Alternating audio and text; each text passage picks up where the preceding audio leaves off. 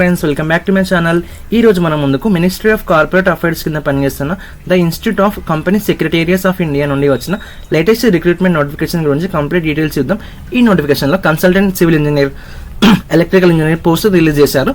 Salary వచ్చేసి మంత్కి 40,000 to 50,000 వరకు ఉంటుందని చెప్తున్నారు.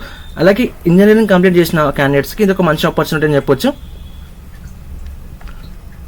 ఓకే ఫ్రెండ్స్, ఇది పార్లమెంట్ యాక్ట్ ద్వారా ఎస్టాబ్లిష్ చేసిన స్టాట్యుటరీ బాడీ అన్నమాట. మినిస్ట్రీ ఆఫ్ కార్పొరేట్ అఫైర్స్ ఆధ్వర్యంలో పనిచేస్తుంది. అండ్ నోటిఫికేషన్ ప్రకారం పోస్ట్ నేమ్ చూస్తే కనుక మనకి consultant civil engineer, electrical engineer. Okay, total vacancies వచ్చేసి మనకి 2 ఉన్నాయి. వర్క్ లొకేషన్, జాబ్ లొకేషన్ వచ్చేసి మనకి నోయిడా. సో సెలెక్ట్ అయిన క్యాండిడేట్స్ నోయిడాలో వర్క్ చేయాల్సి ఉంటుంది. సో ఈ పాయింట్ గుర్తుంచుకోండి ఫ్రెండ్స్, సెలెక్ట్ అయిన వారు నోయిడాలో వర్క్ చేయాల్సి ఉంటుంది. అలాగే మన శాలరీ విషయానికి వస్తే మంత్లీ కన్సల్టెంట్ శాలరీ 40,000 to 50,000 వరకు ఉంటుందని చెప్తున్నారు.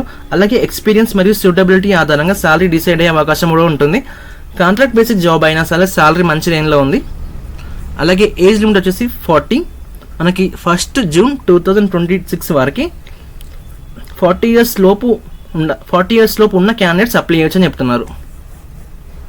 Okay, period of contract friends, చాలామంది అడిగే క్వశ్చన్ ఏంటంటే ఇది పర్మనెంట్ జాబా, కాంట్రాక్ట్ జాబా అని చెప్పేసి.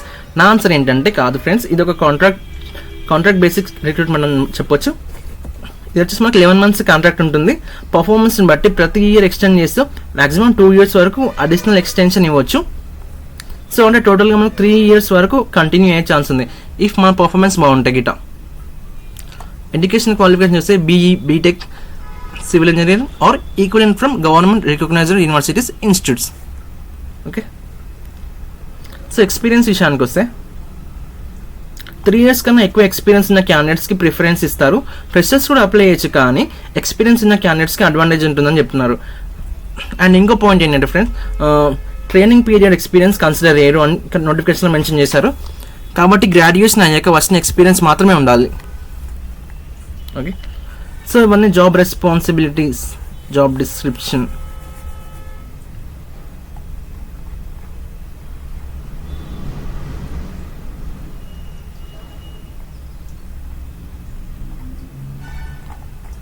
ఓకే, ఇవన్నీ చూడవచ్చు మనం.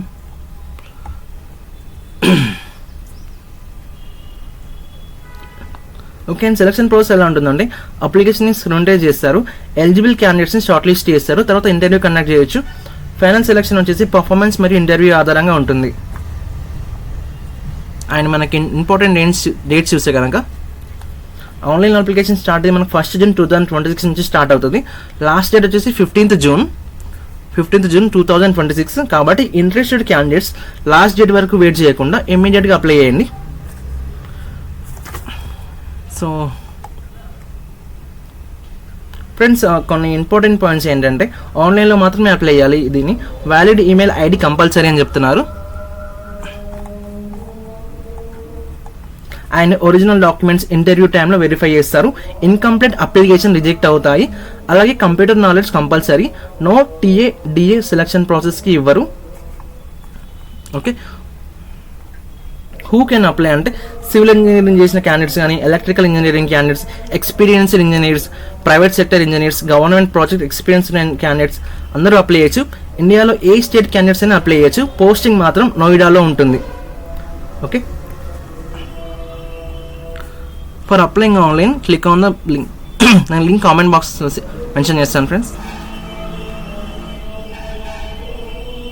ఓకే ఫ్రెండ్స్, ఈ రిక్రూట్మెంట్ నోటిఫికేషన్ మీకు యూస్ఫుల్ అనిపిస్తే వీడియోని లైక్ చేయండి, మీ ఫ్రెండ్స్ అండ్ ఇంజనీరింగ్ గ్రూప్లో షేర్ చేయండి. ఇలాంటి latest government jobs, private jobs, apprenticeship notifications కోసం మన కెరీర్ పాయింట్ జాబ్స్ తెలుగు ఛానల్ని సబ్స్క్రైబ్ చేసి బెల్ ఐకాన్ ప్రెస్ చేయండి. Thank you for watching. జై హింద్.